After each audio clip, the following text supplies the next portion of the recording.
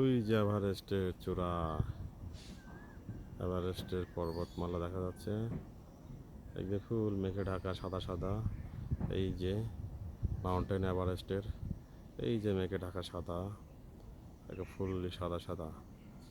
This is point. ওকে, ওই যে সব এভারেস্টের চূড়া, দিস ইজ এভারেস্টের চূড়া। এই সাইডটি শুরু হয়েছে এবং সকালে যখন সানসেটটা একদম ক্লিয়ার থাকে, মেঘ থাকে না, তখন পুরোটাই একদম ক্লিয়ার দেখা যায়। হ্যাঁ, একদম ক্লিয়ার থাকে, একদম ফুল ফ্রেশ হয়ে গেছে। ওকে,